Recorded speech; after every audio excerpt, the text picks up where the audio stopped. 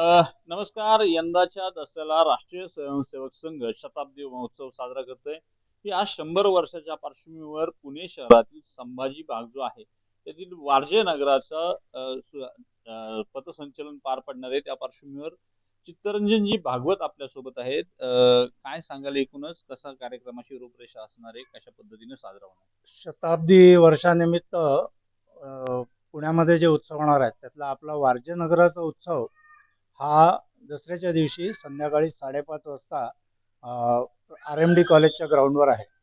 त्याच्या आधी 5 वाजता तेजोवलयचं जे ग्राउंड आहे तिथून पथसंचलन निघणार आहे.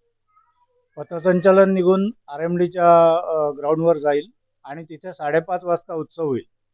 या उत्सवाला अखिल भारतीय स्तरावरचे श्री अनिलजी ओक हे उद्बोधन करणार आहेत.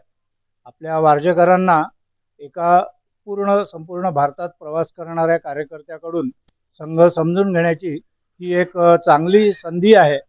आपण सगळ्यांनी पथसंचलनाच्या स्वागताला तर येऊच खाली, पण या उत्सवाला येऊन या उद्बोधनाचा लाभ घ्यावा अशी मी सगळ्यांना विनंती करेन. सर, परवा दिवशी म्हणजे राष्ट्रसेविकाचं पण संचलन झालं, त्याबद्दल काय सांगाल? आणि एकूण किती लोक साधारणपणे तेव्हाही सहभागी होते आणि आता सहभागी किती सांगतात? परवा जे संचलन झालं ते राष्ट्रसेविका समिती नावाची संस्था आहे. ती सुद्धा हिंदुत्ववादी संघाच्याच पद्धतीने काम करणारी संस्था आहे. महिलांची ती संघटना आहे. त्या संचलनामध्ये 705 भगिनी आपल्या या प्रत्यक्ष चालण्यामध्ये होत्या आणि ज्या प्रत्यक्ष चालत नव्हत्या अशा धरून सुमारे 1000 भगिनी त्या कार्यक्रमामध्ये सहभागी झाल्या. आपल्याही कार्यक्रमामध्ये 1000च्या जवळपास स्वयंसेवक पूर्ण गणवेशात उपस्थित राहतील अशी आमची अपेक्षा आहे. एकूणच या दसऱ्याचं शताब्दी महोत्सव साजरा करत असताना वारजेकरांनी, विशेषतः पुणेकरांनी RMD कॉलेजच्या मैदानावर सायंकाळी 5:30 वाजता जमण्याचं आवाहन चित्तरंजनजी भागवत यांनी केलेलं आहे.